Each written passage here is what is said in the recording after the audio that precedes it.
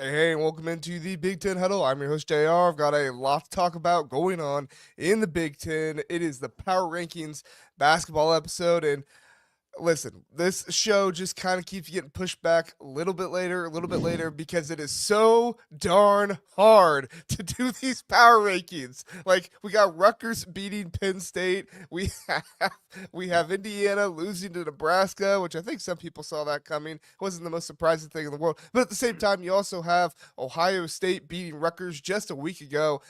It's all mayhem. It's all chaos. Kent, have you pulled out very much hair trying to do these yet?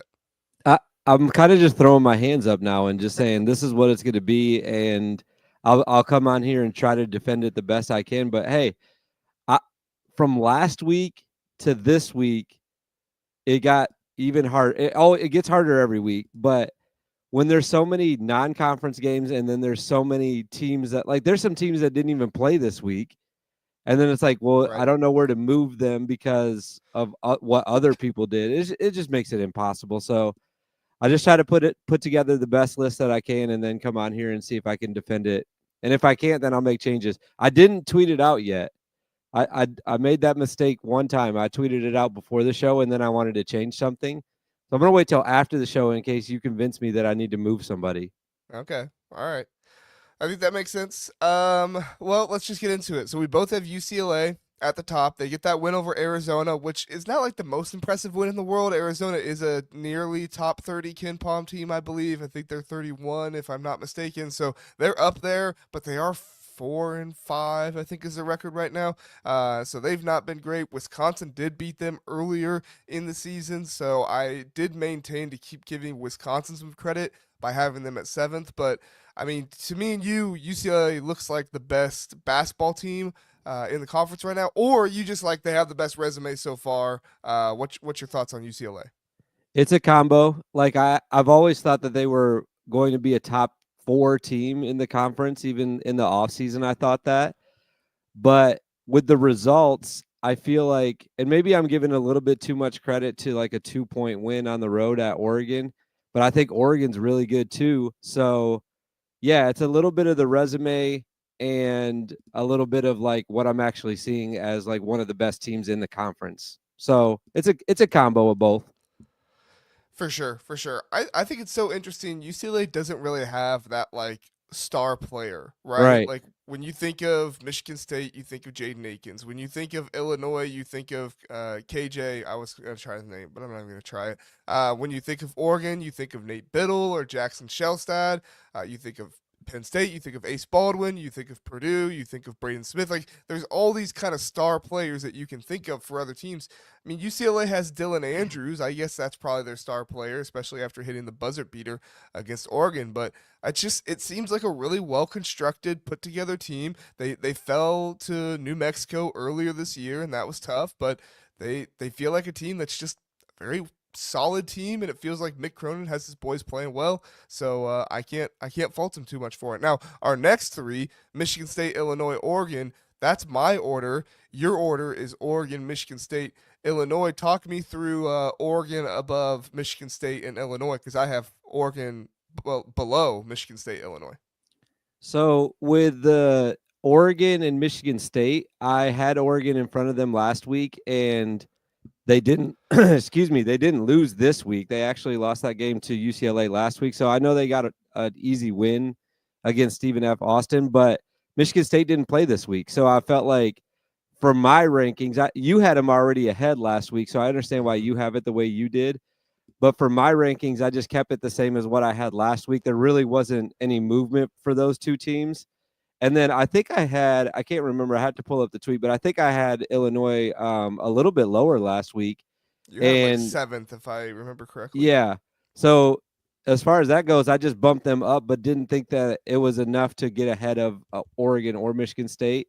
So I kind of just left it as it was from last week and bumped Illinois up to as high as I could without punishing any teams that didn't do anything wrong, which was Michigan State and Illinois. Or I'm sorry, Michigan State and Oregon. So Yeah, that's kind of what my process was. But like I said, yours was already Michigan State was number one last week, I think. So I understand why you still have them in front of those two teams. I get it.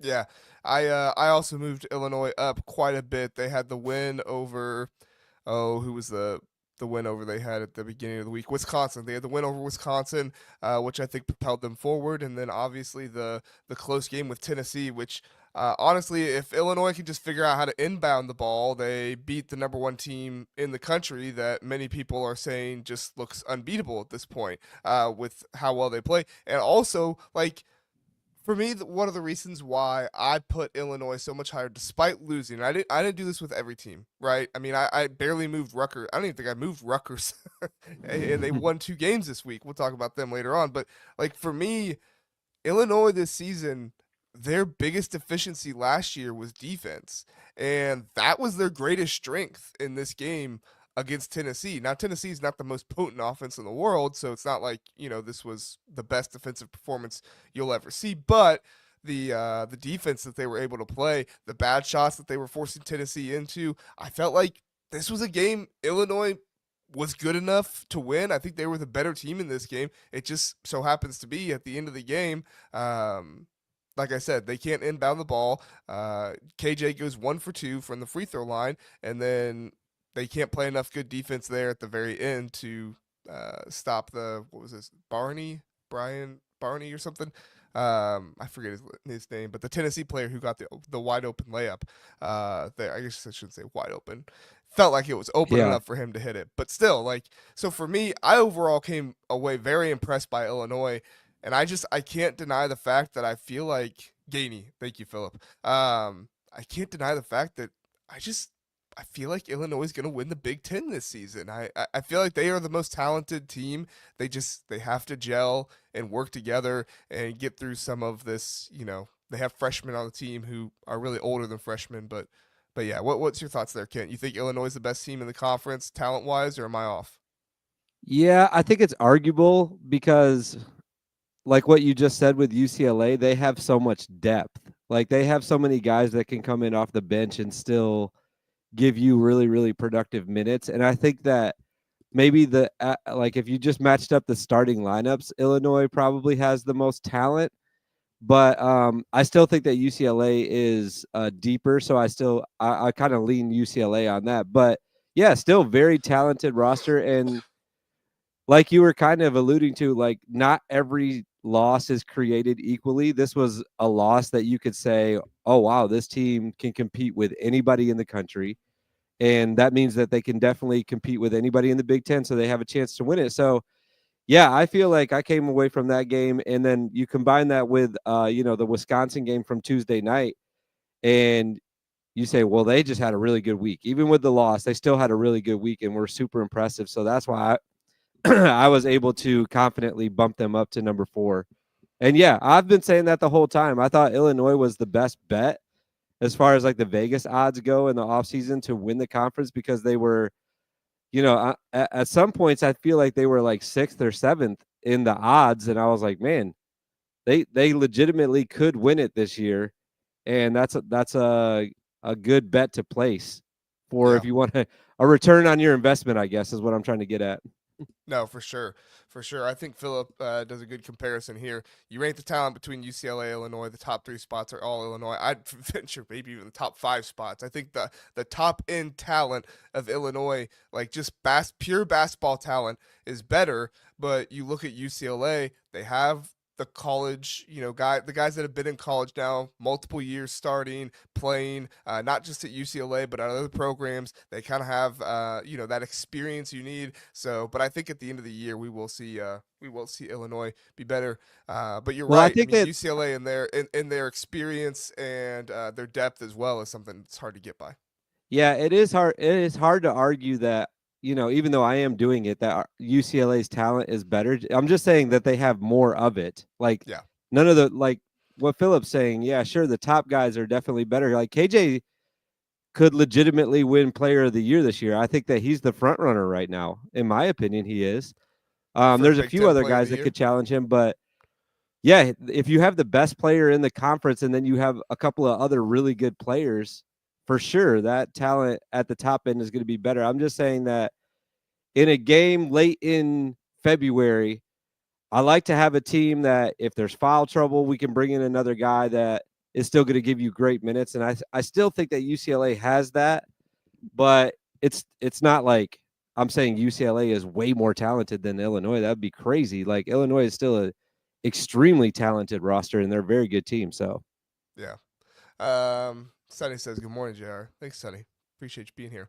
But I think this was interesting. Like for me, I came out of that Illinois game feeling great about Illinois, and then I go over to Locked On Illini, where Sonny is, and Sonny is defending anything and everything he can against Illinois fans because the Illinois fans were so upset. Which, like, I get it. You lost that game there at the end. You probably should have won it. If you can figure out, like I said, if you can figure out how to inbound the ball, maybe if KJ hits both his free throws, but I mean, it was a 2-point layup at the end, so I guess that probably wouldn't matter. But still, like, I mean, I'm not walking away from this one thinking anything bad about Illinois. I'm walking away from this one saying great defensive game. You did a great job getting Tennessee in foul trouble, and yeah, just overall you're feeling good. So, are you trying to tell me that there was a fan base that was being a little irrational in college basketball after a close loss? Is that what you're telling me right now? Yeah. Can you believe it? I don't see that happening with any fan base, especially Illinois. Yeah, they're known for being very sane. All right, that's every fan base, though. Honestly, after a close loss, like the first reaction is always the order of operations is the ref screwed us. Number one, we need to fire our coach. Number two, and the season's over. Number three. Yeah, just wait till you meet Ohio State football fans. They go through all of that at once. Sonny says Underwood admitted he should have called a timeout to set up the defense. Yeah, I mean, he should have. He should have. I guess if you're looking at it, like, that was probably their biggest weak spot there at the end of the game was Brad's in-game decision making there, which I think most Illinois fans know Brad, does struggle with that at times, but I still think he's a great coach. So, but you'd rather this happen early in the season, though. Like, yeah, I still give Illinois a lot of credit for going out and challenging themselves and creating a really difficult non-conference schedule. They've played Arkansas now, Alabama, and Tennessee. Like, who else has a better non-conference schedule than that right now? Like, the resume they're building is going to be, arguably, I don't know what the seedings are right now, but with the amount of talented teams that they've played and the way that they've competed in those games, it could be like a 2-seed type of team going into the tournament. So I still give them a lot of credit for going out and challenging themselves is what I'm getting at. For sure. And this is what I said, like, about Illinois earlier when I had them a little bit lower in my power rankings. I was like, play somebody. When you play somebody, we will figure out more about this Illinois team. And I told people, even if they lose, if they look impressive to me, I will move Illinois up. I just need them to play somebody. And yeah, true to my word. So, all right. Kent, let's talk Purdue. We're going to have some Purdue fans that don't like it, that Purdue's outside of the top 5 for us. We can also mix in a little bit of Michigan here because you have Michigan top 5. I have them 9th. But this Michigan team was looking like a team that was going to contend for the Big Ten. They had a lot of the same issues at the end of the game. Well, I should say a lot of the same. They had issues at the end of the game like Illinois did. Purdue plays against Texas A&M, a game they should have won. I know Texas, Ken Pom loves Texas A&M. I think they have them top 20 in the nation right now. So there's nothing bad about losing to a top 20 Ken Pom team. But I think that Texas A&M was really what kind of exposed most of what I've been saying about Purdue, which is that you have a very talented 4 who's playing out of position at the 5, and Will Berg is just not giving you consistent enough time to put him at the 5 for more than 10 minutes a game. Obviously, he's very efficient, shooting 90% from the floor, but he's also fouling 1 foul for every 2 minutes he's out there. So you can't keep a guy out there for that long when he's fouling that much, especially giving up free throws to another team. So in this situation, let's start with Purdue and then we'll get to Michigan. Okay. What's your thought process here with Purdue? Are you like me where it's just there's a glaring hole in the front court right now and you're asking Braden Smith to be all world type of scorer to win? Or are you, maybe around a different thought process? What do you think? Yeah, I think that's exactly what I would say to Purdue fans is that unless Braden Smith has the most unreal game ever, if you're playing a talented team, you're probably going to lose.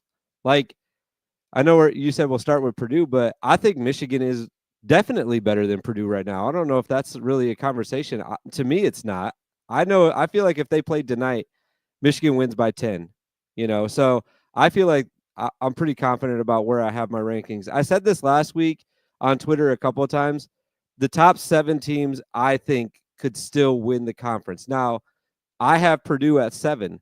For that to happen, it's all about Braden Smith. Go back to the Maryland game. Like, if you are worried about where I have Purdue, okay, and you think that they're way too low at 7, they do not win that Maryland game unless Braden Smith absolutely shoots the lights out. Now, they do have Braden Smith, so I understand the argument is like, well, we have him though, so move him up. But But you're also using him. I'm sorry, really fast. You're also using him in a way that he's not designed to be used for, right, right? Like yeah, you're yeah, using him to come down and shoot a 3 really fast and hit it, and then go crazy. Which yes, he can do that, but he's much more of a facilitator. Put good players 100%. around him, which again is not a bad thing. I think that's a very good thing about his game. But with the lack of play in the front court, that makes it tougher for him to do that, and so he has to adjust and become this big time scorer. Go ahead, sorry. 100%. I mean, that's kind of what I was getting at. Is like he's a great point guard. Like his job, and he can score. We've seen him do it. Like I just said, the Maryland game, he can do that. But he's best when he has good pieces around him and he can control the pace and control the offense and get people the ball where they need to get it. When he has to be the main scorer all the time, defenses are going to start, like future opponents are going to watch that tape and say, all right, well, we just have to do X, Y, and Z against him to stop him. And then there's going to be nobody else to beat us, basically. So, yes, Purdue, can you still win the conference? 100%. It's got to be Braden Smith being All-American, which he is, but he's got to be doing it for the whole season, which is going to be taxing on him, I think. So that's kind of where I have Purdue at right now. Yeah, and then the other thing I'll say that I said on the Thursday night episode, I'll just say it again, is like, let's also remember Matt Painter, one of the best coaches in the Big Ten, one of the best coaches in college football. He's actually He might switched be now. He like might he might have been better for Purdue's football team this year, he probably honestly. would have been. He probably would have been. One of the best coaches in all of college basketball. And so if there's anybody that can figure out this mess of a front court right now, it is Matt Painter. But it's one daunting task to try and figure out. So if he can figure it out, you're looking at a Purdue team that is going to finish top 4, top 5 in the Big Ten. But losing Daniel Jacobson, just a huge loss. If Will Berg can develop, I really think that is your biggest thing. If Will Berg can develop, if he can play without fouling, that is going to be so big for this Purdue team. And really, you just have to get it to happen in January. You got time here at the end of December. You're not going to have as many big games, as many things happening. Get to work, get to practice. Have Will Berg be down low as much as possible, and have him not be fouling, because he does have a good offensive game. He's not a completely bad player or anything like that. He's got to stop fouling. He's got to be more efficient. So, all right, let's do. Let me ask you let me Oh, go ahead. finish with one more thing about Purdue. And forgive my ignorance here, but Jacobson is for sure out for the whole season, right? Yes. Okay. Um that's a problem. That's one of their big problems. It's not like they didn't have a guy ready to step in and be better in the front court. They had a guy, he's just out. So like a Right, little and that's bit. and that's not like Purdue's like. So you can't look at Matt Painter and be like, "Oh, he was terrible. He didn't put Right. together a good roster." That's what I'm trying to get at. Is like Yeah, he found a guy that should be producing in the front court. And when we saw him play very early on, he actually looked way better than I thought he was going to look. So for that part, I'm not blaming Matt Painter. Here's the second part of it though. Purdue, I don't feel bad for you and your front court issues at all. You just had Zach Edey for the last 2 years, like or 3 years, whatever it was. So there's not going to be a team in the conference that's like, oh man, they're not very good down low. That kind of stinks for Purdue. No.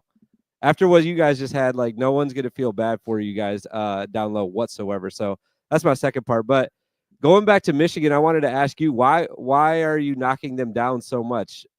Is it because of the Arkansas loss, or just because of what you saw in that game, or was it the result? they're too streaky, especially in Yeah, games. yeah, Um, super streaky. in the turnovers, man. Like Yeah, I I I really like Danny Wolf, and I really like what they have in him and the ability that he has to operate this offense. But if you don't have Danny Wolf handling the ball, you you really don't have somebody on this team that can operate the offense well. And right now, Danny Wolf is turning the ball over too much to be the primary ball handler for this team at the rate that he currently is. You can kind of mix in him and Donaldson a little bit more, but Donaldson isn't doing a great job as the primary ball handler either. So for me, like the biggest key with this Michigan team, if Danny Wolf can do a good job of cutting down the turnovers and do a good job of operating the offense, not just him, like Donaldson as well, and Roddy Gale too. Like if those guys can do a better job of operating the offense without turning the ball over, Michigan for me, they skyrocket. They're a much Yeah. better team. They're very dangerous. Vlad Golden is a great piece you have at the 5. Danny Wolf and the skill set he brings is phenomenal. Like there are a lot of pieces of this Michigan team that I say is very good, but they're just not executed it the right way right now. And I don't like I think Dusty May is a good coach. Obviously, did a very good job at Florida Atlantic, but it's still his first year in the Big Ten. You know, so how is he gonna adjust? What's he gonna look like trying to go up against Big Ten teams a little bit more consistently? Like, what's that gonna look like? So for me, like, I totally see why you have them at 5, and I don't have a great argument for like, oh, they don't deserve to be 5, other than like it's just too many turnovers, and I don't know if they have somebody who can operate their offense at a consistently high level right now. Yeah. I kind of have the same feelings I have about Illinois losing to Tennessee as I do about Michigan losing to Arkansas, but for different reasons because Illinois was like competing in that game the whole time. Michigan, I actually feel better about them at the second half of the second half because when the second half started, Arkansas was making everything. Like I think they shot like 200% for like the first 10 minutes of the second half. So it's partially like they had a really good shooting night, but it's also like, hey, Michigan, you have to start getting stops on that side eventually. You got to figure out what people are doing. This guy right here is hitting threes all the time. Maybe we need to get out on him a little bit better. But um, I don't know. I feel like coming back in that game and having an opportunity to tie it or win it. I can't remember how that last sequences went. I feel like they were tied and then they were tied and then that's when Vlad got it blocked, I believe, and then the inbound play was when they had a chance to tie it back up again. But yeah, I believe in Dusty though. From what like the way that he controlled the last like 5 minutes of that game was just a completely different thing than what we saw from them last year with Juwan Howard. Just like, oh, you guys just go out there and figure it out. Like he called timeouts in the right spot and he had his defense in the right spot at times. So yeah, I still think that they have a good chance to win the conference too. But like you said, it's got to be better with the turnovers, and it can't be Danny Wolf being the primary ball handler at times. Yeah, for sure. And I think Philip makes a good point here. Like, good guards are going to be an issue for Michigan. If you look at some of the advanced stats of Michigan and how their opponents play against them, their assist to turnover ratio is 0.61, which is in the 99th percentile. In college basketball. The offensive rating against them for guards is a 93.9, which is in the 96th percentile. I mean, these are all on CBB analytics. The true shooting percentage is a 97th percentile. Like this is a has become a problem for Michigan with trying to go up against some of these guards, not just on the offensive end with trying to take care of the ball, but also on the defensive end as well. Now, I'm with you. I believe in Dusty May. I think that Dusty May's a good coach, and I think that he's going to do, he's going to correct this stuff. But at a certain point, like, we have seen what you are, and there's only so much correcting you can do in certain places. At a certain point, like, you have the guys that you have. Roddy Gale, you have Roddy Gale. Roddy Gale is who he is. I don't really see a ton of difference between him at Michigan and what he was at Ohio State. Maybe I'm just a, a mad Ohio State fan for, him leaving. But like at the end of the day, I don't see a whole lot of improvement from Roddy Gale's game to get a whole lot better. We'll see how it works out toward the end of the season. But yeah, I think that's why I have Michigan Interesting. down at I ninth. just noticed this as I'm looking at their schedule. Their last three games were one possession games, and then they had a fourth one this year that was a one possession game that Wake Forest lost. They're in every game at least. Yeah, no, they are for So sure. it's almost like a coin flip. Like when they're playing a good team, it's like they're going to be right in it, and it's going to be like who's going to score the last bucket almost against some of these really good teams. So Yeah, interesting and a fun team to watch too. You're going to get a competitive game when you watch Michigan play somebody that's talented. So they have Oklahoma on Wednesday. I feel like that's going to be a fun one to watch. yeah, that'll be fun to watch for sure. Oklahoma, not doesn't do a great job getting points in the paint, um, but we'll see if Flag Golden can keep that up and take them down. Okay, I think Oklahoma's undefeated, aren't they?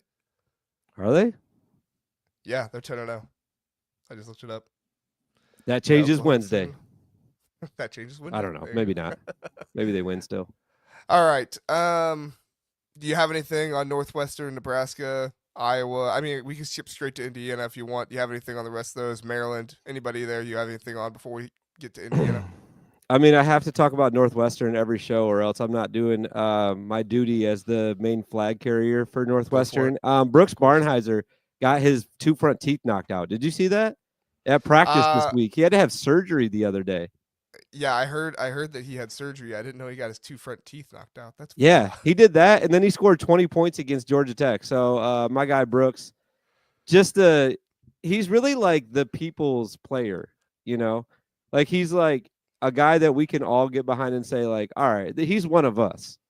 Mm-hmm. You know, he's a tough guy, Midwest soul. I feel like get his teeth knocked out and then go drop 20 on you a couple days later against those losers from Georgia Tech. So yeah, I love Northwestern, and then obviously their game before that was the Illinois game. So they have to be in the top 10 for sure. So love what Chris Collins is doing. Always love what Chris Collins is doing. I don't care what he's doing.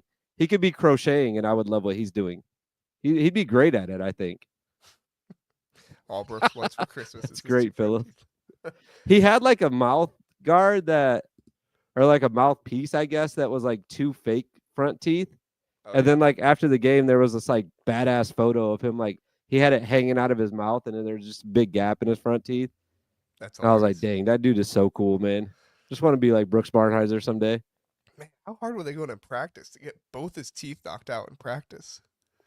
I mean, that's a Chris Collins practice right there, dude. That's That's just Chris Collins par practice. for the course. Like they go hard in practice so the games are easier.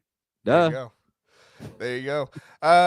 Yeah, I didn't get a chance to watch all of the Georgia Tech Northwestern game, but I watched most of it.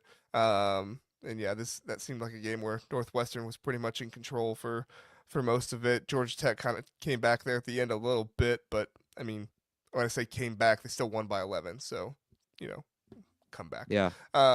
They made the score closer, I guess is what you Right. say. All right, let's talk about Indiana. John had a request that we. You sound so excited about that. All right, I let's know. talk about Indiana. Well, like John had a request that we just talk bad about Mike Woodson for 5 straight minutes. So I could do that. I could definitely do that if you want, if you still want us to do that, John. But yeah, they did a good job against Nebraska for a good amount of that game, but then at the end, Nebraska just pulls away and goes crazy on them. Like the fact that they were only down by 3, 41-44. Don't worry, John. We'll get to it. The fact that they were only down 41-44, only down by 3 against Nebraska on the road, and they had Mackenzie Mbako. I think he played 2 minutes in that first half. I felt pretty good about that, and I felt like it was going to be a win for Indiana once Mbako came back. But then you come back in the second half, and Indiana just like they play them close. They continue to play them close. I think they had a couple lead changes there in the second half, and then eventually Nebraska just pulls away, and Indiana's guard play starts playing like the guard play that we thought. Like they were doing pretty well for most of the game, and then at the end, it's just like they forgot how to play like guards. I don't know how else to describe it. What were your thoughts, Kent? Indiana I think, could win the Big Ten if they only played 20-minute games. I think they would win the Big Ten for real. Like you could see it in games. Like Balo will get tired and almost intentionally foul somebody just so he could go sit down. And it's like, man, they have such a talented roster. They have so many guys, and they just they just don't have enough gas. They just Yep. don't. You talked about this in the offseason. I can't remember when we talked about this, but about how many minutes he plays and how we can't keep him on the court and things like that. And I was like, I kind of shrugged it off like, oh, JR, whatever, dude. Like, he's a kid. He'll be able to play more minutes. They'll get him in shape, yada, yada, yada. No, dude, it's actually like a huge factor in their games. And it's like kind of a momentum deflator as well. They could be playing really well.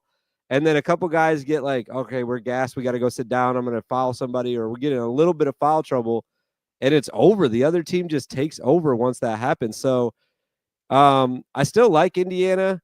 I agree with what some of the commenters are saying right now. Like, they just got outcoached, and they're going to continue to get outcoached. Like, that's not changing this year. There's too many good coaches in this conference for Mike Woodson to just roll the ball out and say, well, we got some good players. We got some size inside. We're going to be able to do this. That's not going to work.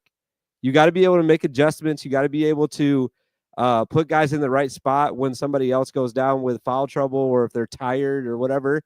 And they're not able to do that right now. So, yeah, I feel like at this point, Indiana's gone from a team that I was pretty confident. They were in my little top 4 like power group that I had with UCLA and Illinois and Michigan State. Like, they were right up in there. And I thought they were arguably one of the top 2 teams in the conference going into the season. And now I just feel like it's going to be a long, slow, rough year for Indiana. Yeah, unfortunately it is because Mike Woodson. I mean, I would be surprised if he's back next year if things keep trending this way for Indiana because they put together the NIL money. They went out and got the guy that Woodson wanted in Ballo. And now you have Ballo playing 30 plus minutes a game, giving you 8 points. Now, he does get double digit rebounds, 11 rebounds in this game, but still, only 8 points in 30 plus minutes of the game. He only took 4 shots. He only took 4 shots in the entire game, 30 plus minutes. Like, it wasn't like he had a big number of free throws. He had 4 free throws. Like, I could see a Zach Edey game where you only take 4 shots, but you get 12 free throws, like something like that. But if you're only taking 4 shots and you're playing 30 plus minutes a game, it's not good enough. It's going to cost Mike Woodson his job if he doesn't get this figured out. And you're going to see Indiana again looking for another coach, which I know the Indiana fans don't want. I mean, I have in-laws that tell me all the time, like, we don't want to hire another coach. We just want to find the right coach. But unfortunately, like, you can't stick with Woodson if he doesn't know how to get good guard play, and if the guys that he goes out and gets are not the guys year in and year out. He stuck with what was his name last year? Xavier Johnson. He stuck with Xavier Johnson last year, said he believed in him. Well, bad decision. You couldn't believe in him. He goes with Umar Ballo this year, says he believes in him. It's not looking great. I mean, Umar Ballo, he's a punishing player. He can do a lot of good things, but again, 4 shots in 30 plus minutes of play. It's just not good enough. You have to orchestrate more, and Malik Renew continues to have the foul issues. I mean, 4 fouls in this game. He only played 20 minutes because of it. He was plus minus 14. He led the team in plus minus. He was plus 14 in this game.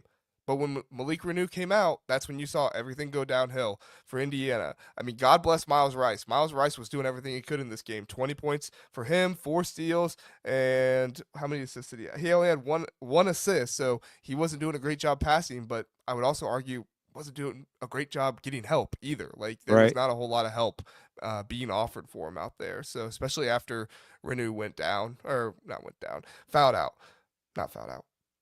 Had a lot of fouls. I understand what you meant. Foul trouble. Yeah, foul trouble. Went down with foul trouble. Sorry. But yeah, I mean, any other thoughts on Indiana? Like, I think unfortunately this is a bubble tournament team at this point. Yeah, I agree. I just find it astounding. Like, I still think that they're doing better than last year, but I'm still seeing some of the same things, like empty possessions where they come down and like guys don't know what they're doing.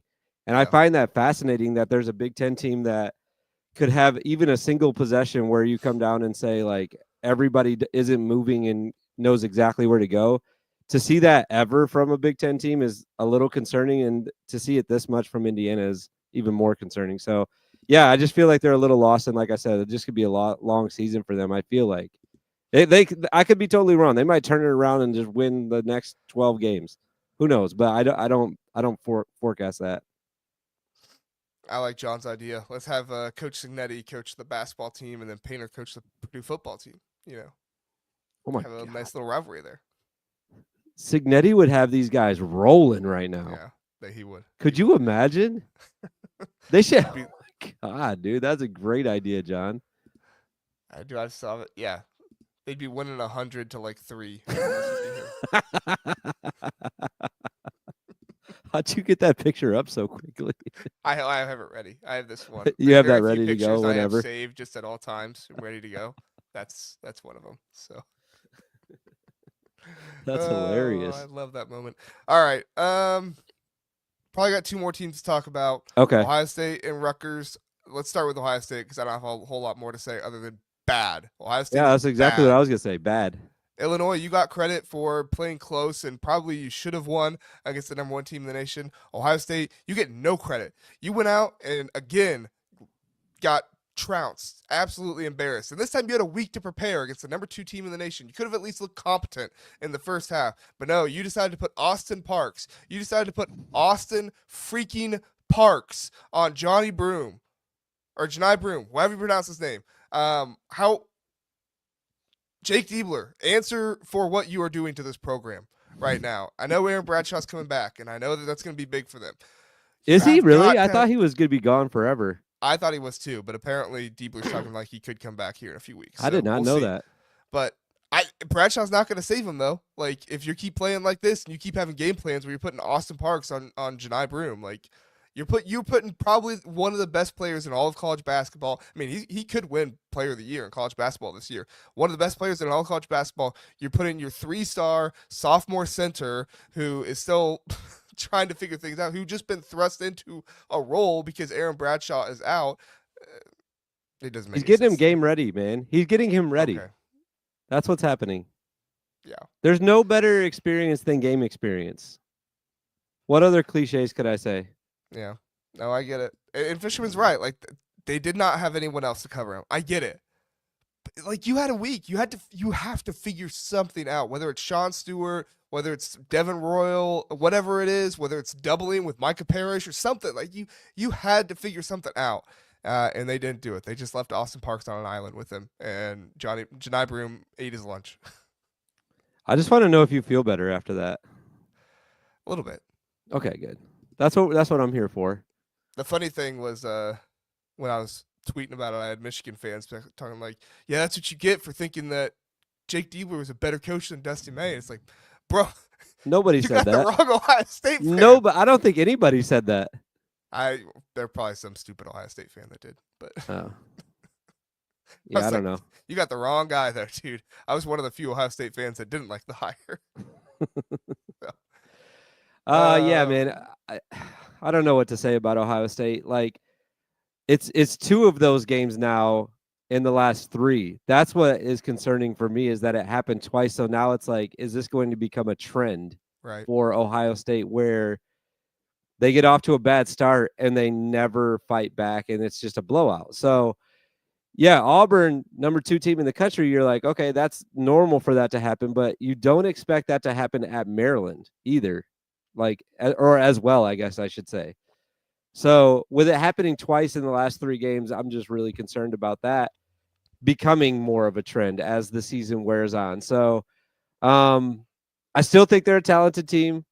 We talked about it before we went on right here, but there's not a win other than Texas right now that you can hang your hat on and say, okay, we're building a resume to go make the tournament.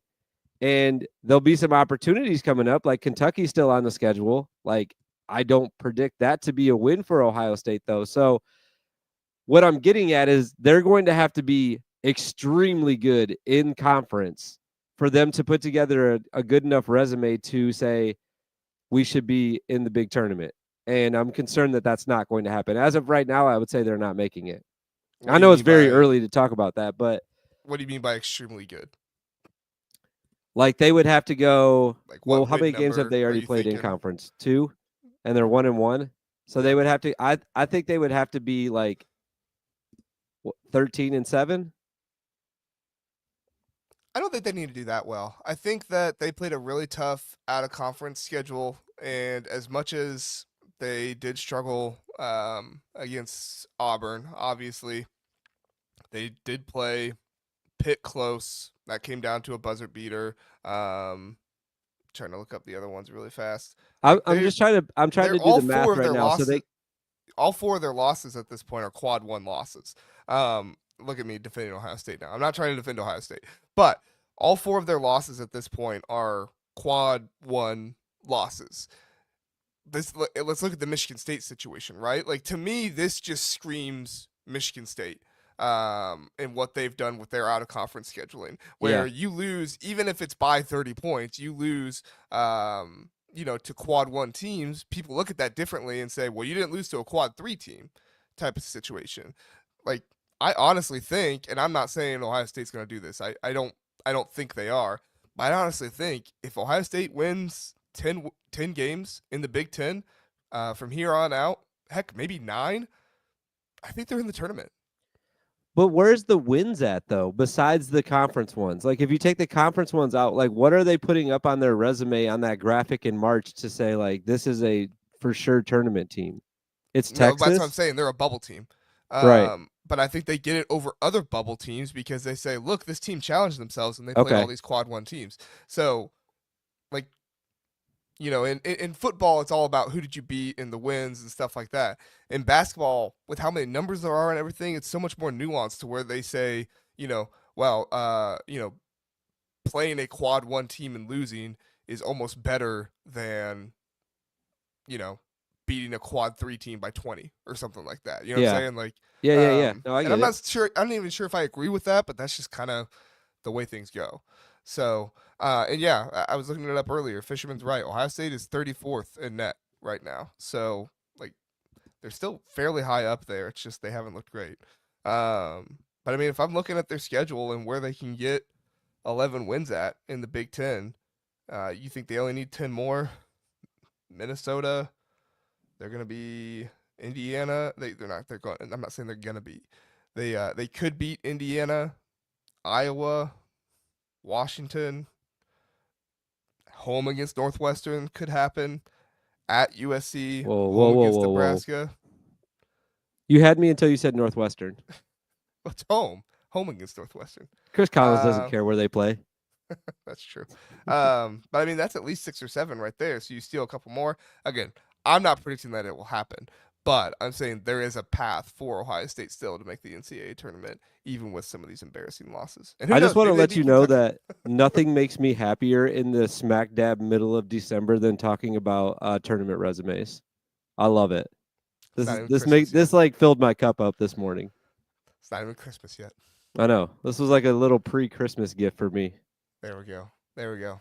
All right, let's hit on Rutgers really fast, and then we can get out of here. You have Rutgers at 8. I have Rutgers at 15th. Rutgers won 2 games this week. They beat Penn State, who was previously number 1 in your power rankings, and they beat they beat Seton Hall. All right, call me a Rutgers hater. You're I a didn't Rutgers move them. hater. Yep, I didn't move in my power rankings. I think Dylan Harper and Ace Bailey, fantastic. The rest of the team, I'm just not super sure about it. So I'm sure we'll have some comments and stuff like that from Rutgers fans getting mad at me. But like the win against Penn State, like yes, you beat a Penn State team at home. They had to come to the rack. But I like Ohio State still beat Rutgers. I still think that other teams are better than Rutgers. Now maybe they keep winning. Maybe they make me eat my words. But as far as I'm concerned, like Harper and Bailey, fantastic, but the rest of this roster just isn't good enough. Jeremiah Williams is good. Don't get me wrong, but He's he the can't X be your only other factor. piece. He's 100% the X factor. Like if he's going to be better, I think Rutgers can be great. Like they need the third guy to be great too, right? Yeah, Like if he was great, you'd be like, okay, this team is going to be unstoppable. But it wouldn't matter who the other two guys on the court were. If you had the two guys you just mentioned, and then Jeremiah Williams was better, which I feel like he can be. Like sometimes I see it and I'm like, man, this guy's really good. And then sometimes I'm just like, where is Jeremiah Williams right now when you need him? yeah, So like to me, he's the X factor. Sorry to cut you off. No. I think you're right. I think he's a little too inconsistent, and I think he gets streaky with his game. But when you're the third player on a team like this, you can't afford to do that. You have to be more consistent, especially when the other guys around him are just not playing well. And I don't know, maybe you can tell me if I'm wrong, but Ace Bailey's been a little underwhelming this year for me. Yeah, but Dylan Not a lot of Harper's great been decision overwhelming making. though. What'd you say? I feel like Dylan Harper's been overwhelming though. No, yeah, for sure about So that. I feel Yes. like that with the two of them, he definitely has been. By the way, I 100% agree with you. Like I was expecting him to be a little bit better, Ace that is, but Dylan's been way better than I thought he was, and I thought he was going to be good. So like he's been great, and I feel like with those two things happening at the same time, it evens out Yeah. because it's almost like maybe this is unfair too, but it's almost like they're one piece to me because they're both like they both came in at the same time. They're like freshmen that were going to play 5-star guys, and it's like, all right, are those two guys going to be great together? And one guy's been a little underwhelming, like you said, but I feel like overall it's still been a positive swing for the Rutgers team. I guess is what I'm trying to say, baby. Yeah. No, for Is that sure. unfair of me to say like they're like one piece almost? No, I don't think it's completely unfair. I think they need each other though. Like they need each other to work off each other, and I think that Harper is more willing to work off of Bailey than Bailey is to work off of Harper. I honestly think that sometimes Bailey just gets in this mode where he's like, I got to do everything, and I've got to, you know, put all this into me to win this Yeah, game. And I think Harper is a little bit more willing to trust his teammates and trust Bailey. And I'm not saying Bailey doesn't trust Harper. I think that he just trusts himself so much that he kind of gets into that. Now, that's going to be something that Steve Peichel has to fix, right? I mean, this is going to be a test for Steve Peichel. He's never really coached top tier players like this. He's always kind of been used to coaching the up and coming guys and good strong defense and that kind of stuff. But he's gonna have to figure out a way to get Bailey to kind of trust his teammates a little bit more and work with them together better. I know I'm saying this after coming off of 2 wins, but still, like these are problems that Rutgers has to address if they want to keep winning. So I like their upcoming schedule though. It's Princeton, Columbia, and then at Indiana, which is going to be a really fun game. I can't. I know I mentioned this last week, and I'll probably say it again next week too. But I just can't wait for like the full Big Ten season to start because with some of these matchups, I tweeted this when speaking of a different Ace, when Ace Baldwin and Dylan Harper were playing when Penn State played Rutgers. Just feels like such a great time to be alive when we get those matchups. Like there's so many like really high level players in this league that it you could circle some dates on the calendar and say like I cannot wait to see these two guys play against each other, and like it's coming up very soon. It's yeah, almost like to me the season hasn't even started yet, even though it has. But like once the Big Ten play starts, it's just gonna be night after night of just like really high level guys going against each other. It's gonna be really exciting. Big Ten play is always my favorite part because I pay so much more attention to the Big Ten teams than I do any other team, Right. especially this time of year because I'm trying to pay attention to football and basketball, even though there's not any football games on right now. But there's going to be games with the playoffs on and everything, and then bowl season. So I'm just able to pay attention pretty much to Big Ten basketball, and that's about it. That's when So it's my hard to. gambling really ratchets up too, because I'm like, all right, I know these teams, and then they play, and I'm like, I don't like. I lost money on Indiana the other night against Nebraska. Mm, I was like, Indiana's gonna beat them for sure. And then I watched the you game, and trust in I'm like, Mike Woodson, I'm do an you? absolute idiot. I forgot Mike Woodson exists. Yeah. There's One more there's thing. one more shot for you right there, John. Here at the end, one One more more Mike thing on Woodson shot. Rutgers. One more thing on Rutgers, and then we'll move Okay, on. go ahead. Sorry. Number 99, Zach Martini. I think he is a very underrated player on this Rutgers team. He's doing a really good job shooting. He's the top player in their 3-point percentage, 42%, and he shot 75% from the field. And it's not like he's not playing very much. He's played nearly 200 minutes so far this season. He started 5 games for him. So I think you need to see more of Zach Martini out there. I think he could be a good piece for them. You're saying you want to pour some more martinis? Is that what you're getting at? Yes. Yes. That's what I want Let's to get the t-shirts. Let's get the t-shirts made. Pour the martinis with the Rutgers logo on the back. Yeah. I think Philip just found out something. Hoiberg hater Kent. Oh, no. I like Hoiberg. I like Hoiberg a lot. No, No, that's not the case. I just thought that Indiana was a better team, and I was proven extremely wrong. It who are was you more of an who are indictment your on my top 5 gambling talent. coaches? Who are your top 5 coaches you like? We'll end the show on this. Who are your top 5 coaches you like Oh in my the Big God, Ten? put me on the spot. All right, I'll go. So Chris Collins number 1, obviously. Yeah, that I like. I Yeah, like just you. No, don't care about okay. basketball at all. Just you like. Okay. Uh, I love Cronin, dude. Like he's I crazy. like Cronin too. I love him. I love him. So Do you watch his Collins press and conferences Cronin. ever? What's that? Do you watch his press conferences ever? Oh, dude, if he's on a podcast, I'm downloading it and listening to it twice. Like, dude, he's insane. I love him. He is insane. Go ahead, sorry. Like, it's almost like the guys I like. It's like I just want to hang out with them and maybe even work for them because they're so insane, and I just want to be around that all the time. Fran, I love Fran, dude. Like the Fran stare down last year against the ref was, like it might be. It's going to go down in Big Ten history as like one of my favorite moments, dude. I'll never forget that the rest of my life. I'm going to tweet that out after we're done recording just because I love it so much. Just a clip of that. All right, so Fran, man, it's tough after that. Is Hoiberg up there? I'll probably go Hoiberg and then like I kind of want to say Izzo. Not Brad?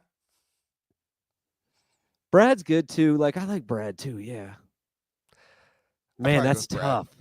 All right, I'll say Hoiberg and Brad, I guess then. Yeah. But I do like Izzo though. Like I think he's a good guy. He's just not. He's not. I mean, he is crazy too. I don't know. I'm gonna just do my top 6, and those are the other 3: Hoiberg, Brad, and Izzo. All right.